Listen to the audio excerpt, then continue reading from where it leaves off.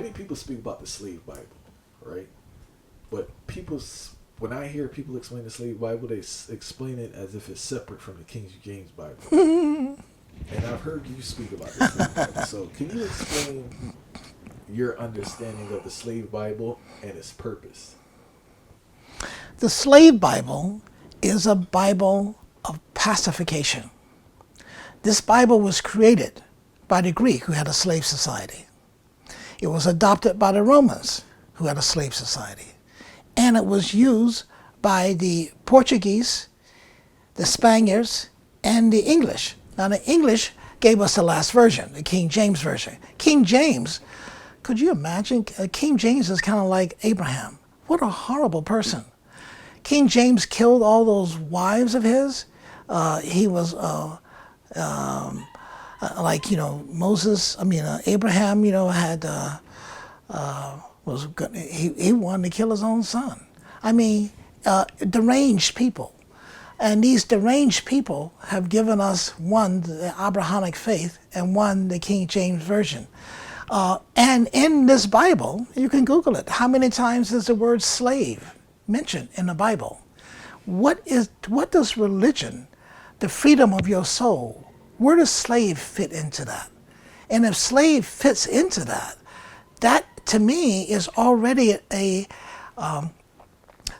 nullification of what is supposed to be freedom. Religion, spirituality, is about freeing your soul to be happy, to enjoy what the Creator has given us, to enjoy this moment. Our ego forgets the fact that we did not choose consciously that we will come here as humans. Just like you cannot choose when you die where you will go. There is a stronger force.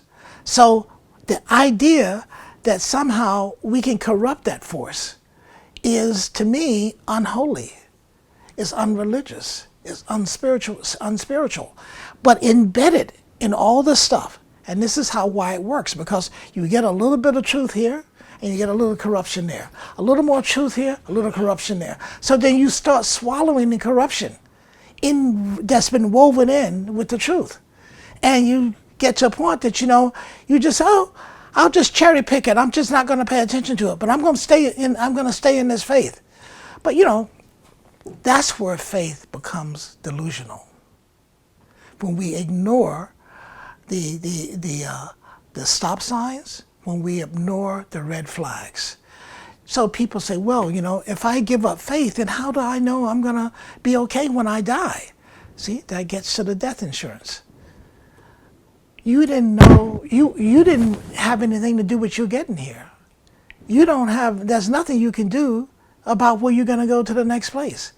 Only thing you can do is live out fully this life and try to live it as the Egyptians say, in a righteous way. And from listening to you explain, it seems like there's control on two parts. There's a level of control from those in power, but there's also a level of control from the recipient. Like they're trying to have some control over their life, not accepting that. How much control do we really have?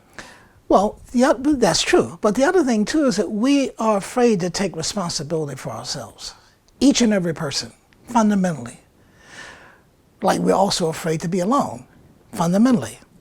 So how do we solve that problem? We then anxiously give power to someone else. You anxiously give power to your priest. You anxiously give power to your minister. That's another person just like you. Come on, excuse me. Where do they get? How is it that they receive such power more than what you have?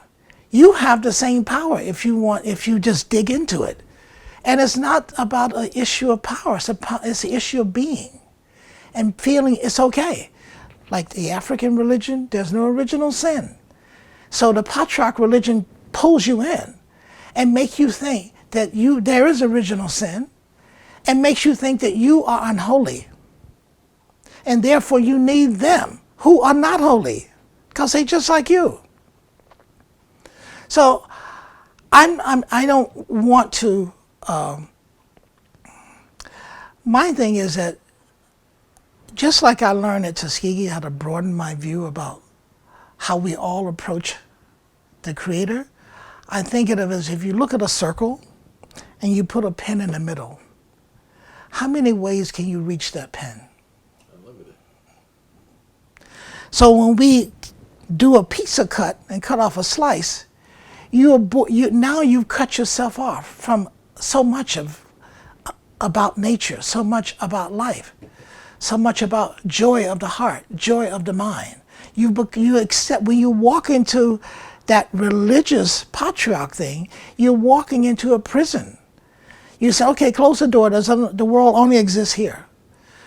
Well, that's a limitation that we put upon ourselves, that we don't have to.